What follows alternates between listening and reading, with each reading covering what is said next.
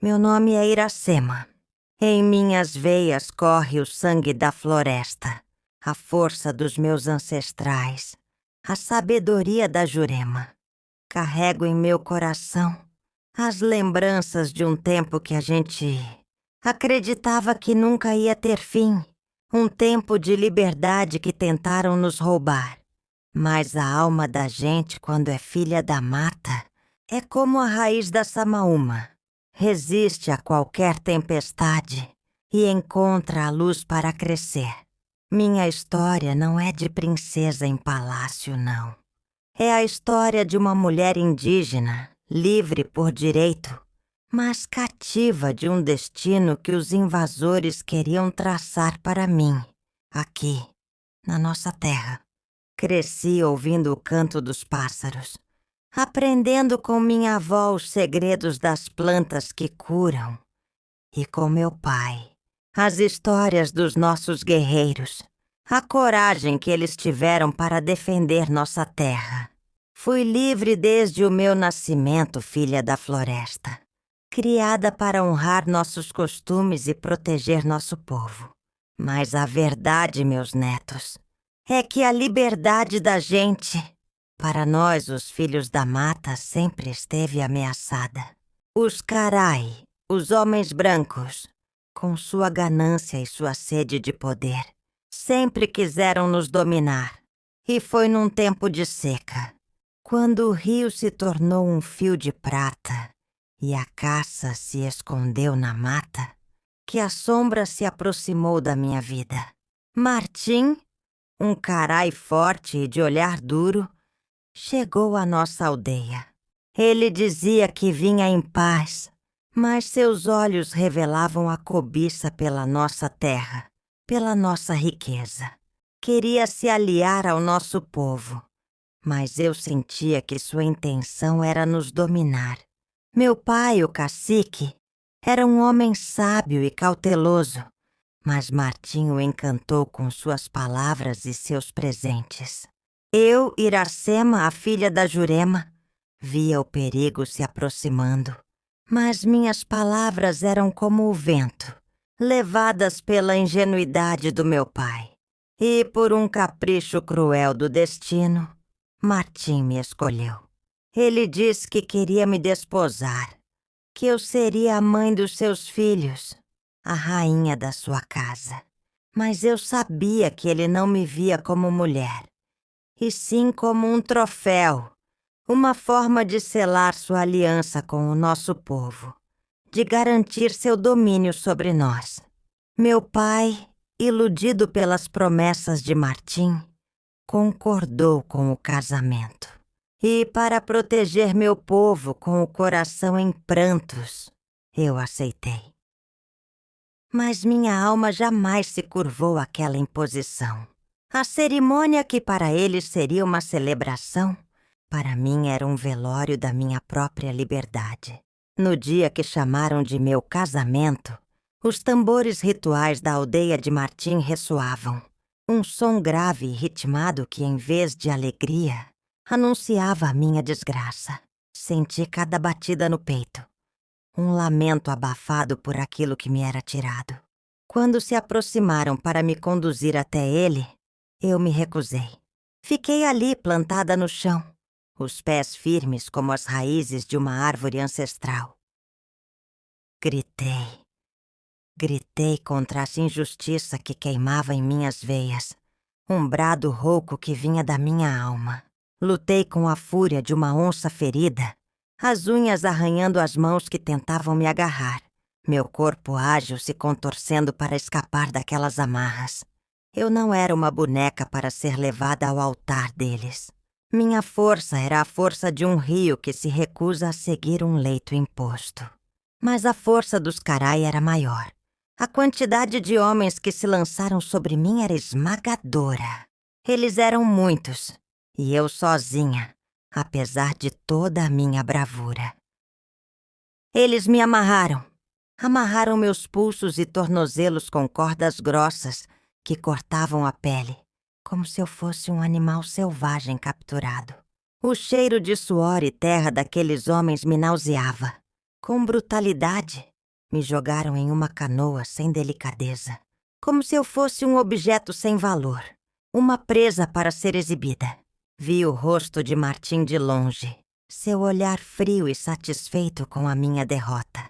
Enquanto remavam rio abaixo, cada puxada do remo me afastava mais da minha família, da minha aldeia, da minha floresta, da vida que eu conhecia e amava. A canoa deslizava sobre as águas escuras, levando-me para o desconhecido, para o cativeiro disfarçado de matrimônio. Dias e noites. A lembrança ainda me assombra, como um pesadelo que se repete em meus sonhos. Naquela aldeia estranha, cada amanhecer trazia a solidão mais cortante que um espinho. A saudade da minha floresta me sufocava, e eu sentia o cheiro da terra úmida, das folhas, das flores, mesmo estando longe. Martim me tratava com uma frieza que gelava a alma, como se eu fosse um servo, não uma esposa. Ele falava em sua língua, impondo regras e tarefas. Mas eu não respondia. Eu me recusava a comer, a falar, a aceitar aquele destino cruel que ele havia desenhado para mim. A comida perdia o sabor, e as palavras se recusavam a sair da minha garganta, presas por um nó de revolta e tristeza. Sentia a vida se esvair de mim a cada amanhecer, a esperança se afogar nas lágrimas silenciosas que escorriam pelo meu rosto no escuro da noite. Eu estava viva, sim, mas era uma existência vazia, esperando por algo, qualquer coisa, que pudesse me tirar daquela prisão. No limite da minha dor, quando a morte parecia a única saída e a vida se esvaía de mim como um rio na seca, uma luz surgiu na minha escuridão. Eu estava amarrada a um poste no centro da aldeia de Martim, sob o sol implacável, exposta à vergonha e ao castigo. Meu corpo estava fraco pela fome e pela sede, e a cabeça girava em tonturas. Via vultos dançando à minha volta. E a voz de minha mãe, distante, chamava meu nome. Pensava que era o fim. Foi então que um jovem guerreiro, um carai diferente de Martim, se aproximou. Ele não vinha com o olhar de cobiça ou desprezo dos outros. Seus passos eram lentos, hesitantes, como se pesasse cada movimento. Seu nome era Jaguan. Eu o notei antes. Um rosto novo entre os homens de Martim, mais jovem, com a pele mais bronzeada pelo sol e uma cicatriz fina que cortava sua sobrancelha, como um risco de relâmpago talhado na sua pele. Seus olhos, aqueles olhos, eram serenos, mas carregavam uma melancolia profunda, como os lagos escuros da floresta. Jaguan era um carai, sim, eu sabia. Mas seu coração, percebi logo, era diferente. Enquanto os outros me olhavam com escárnio ou indiferença, ele via a injustiça em meus olhos, a dor em minha alma, a revolta que eu mal conseguia esconder, mas que ele, de alguma forma, parecia sentir. Ele se compadeceu da minha situação e decidiu me ajudar. Seus primeiros movimentos foram sutis, quase imperceptíveis aos olhos dos guardas. Passava por mim e deixava cair, como por acaso, um pedaço de fruta ou um punhado de sementes secas. Era pouco, mas o suficiente para me dar um fio de esperança. A primeira vez que ele realmente se aproximou foi em uma noite escura, quando a lua estava escondida e o acampamento de Martim dormia pesado, vencido pelo cansaço e pela xixa fermentada. Ele veio secretamente como uma sombra e sentou-se perto de onde eu estava amarrada. O ar da noite estava denso, carregado com o cheiro da fumaça das fogueiras apagadas. Ele sussurrou algumas palavras em sua língua, e eu, sem saber se era mais uma tortura ou uma miragem, apenas o encarei com desconfiança. Ele me trouxe água fresca, que ele mesmo tirou de um riacho próximo, e pedaços de carne seca que ele caçava e guardava para mim. Ele os colocou perto da minha boca, e o sabor da água, simples e pura, Foi como um milagre. Por que você faz isso? Eu sussurrei em minha língua que ele mal compreendia.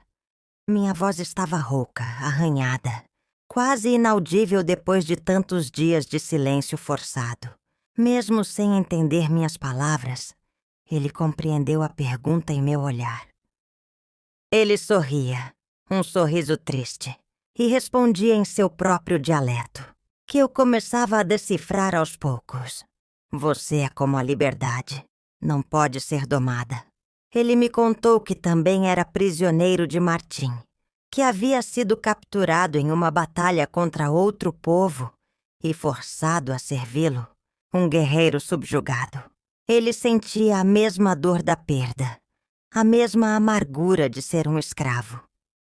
Vamos fugir, ele disse, seus olhos fixos nos meus, cheios de uma coragem silenciosa.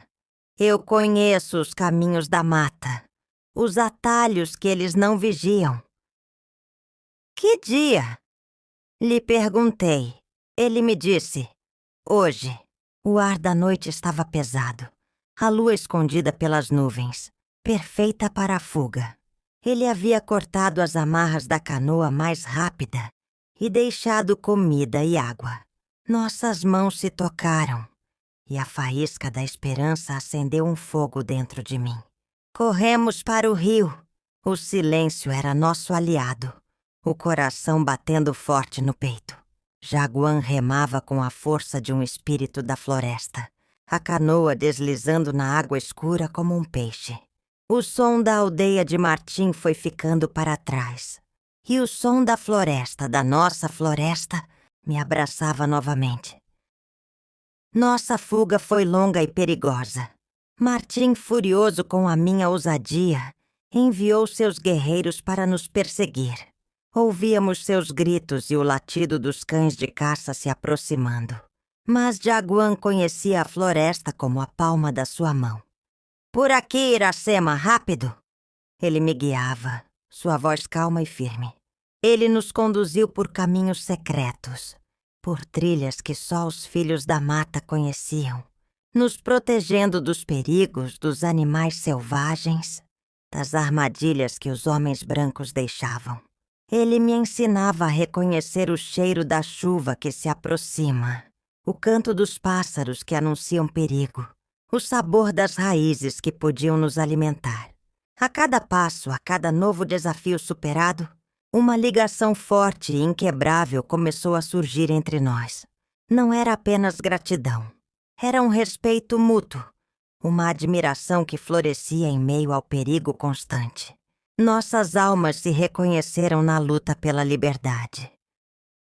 Finalmente, depois de muitos dias e noites, com o corpo exausto e a alma revigorada, chegamos à minha aldeia. A alegria do reencontro foi imensa, como a cheia do rio depois de uma longa seca. Meu pai, com os olhos marejados, me recebeu de braços abertos, arrependido por ter me entregado a Martim.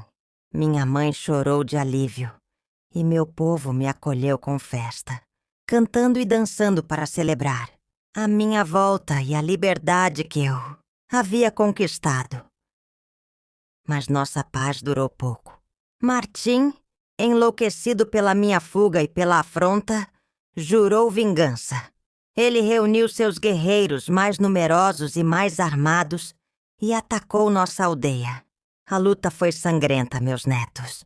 Flechas voavam, lanças se chocavam, gritos ecoavam pela floresta. Muitos de nós caíram, defendendo nossa terra, nosso lar, nossa dignidade. Jaguan lutou ao meu lado como um leão, com a bravura de um verdadeiro guerreiro indígena, protegendo os nossos. No meio da batalha, uma flecha certeira, envenenada pela raiva de Martim, atingiu Jaguan no peito. Ele caiu em meus braços, seu sangue quente manchando a terra da nossa floresta. Seus olhos, antes cheios de vida, se fecharam lentamente. Seja livre, Iracema, ele sussurrou, a voz fraca, um último sorriso em seus lábios antes de partir. Sua morte me quebrou já o coração. Uma dor mais profunda do que a da própria escravidão. Mas sua coragem me deu forças para continuar lutando, para honrar sua memória. Com a ajuda dos guerreiros da minha aldeia e com a força da nossa união, conseguimos expulsar Martim e seus homens. Mas a vitória teve um preço alto demais. Perdemos muitos de nossos irmãos e a floresta nunca mais foi a mesma, carregando as cicatrizes da batalha. Depois da batalha, decidi honrar a memória de Jaguã em cada um dos meus dias. Adotei seus costumes, aprendi sua língua por completo, me tornei uma guerreira ainda mais forte e sábia. Lutei ao lado do meu povo contra a ganância dos Karai, defendendo nossa terra com a bravura de uma onça e a astúcia de um guerreiro. Minha voz se tornou um canto de resistência, um alerta para o meu povo. Hoje meus cabelos são brancos como a flor do cajueiro. Minhas mãos enrugadas contam as histórias de cada luta, de cada amanhecer. Mas meu coração ainda pulsa com a força da juventude, com a mesma paixão pela liberdade. Vi a beleza da nossa floresta ser devastada, a ganância dos Karai destruir nossos costumes e nossas vidas.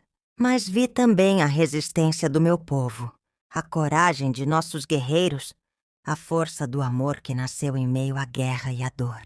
Minha história é a prova de que a alma da gente, quando é livre por dentro, canta mais forte que qualquer corrente e encontra seu caminho, mesmo que o rastro pareça perdido.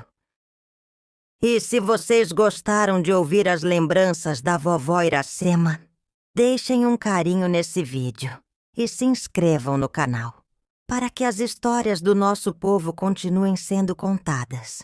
A vida tem muitas voltas, e cada uma delas nos ensina uma lição.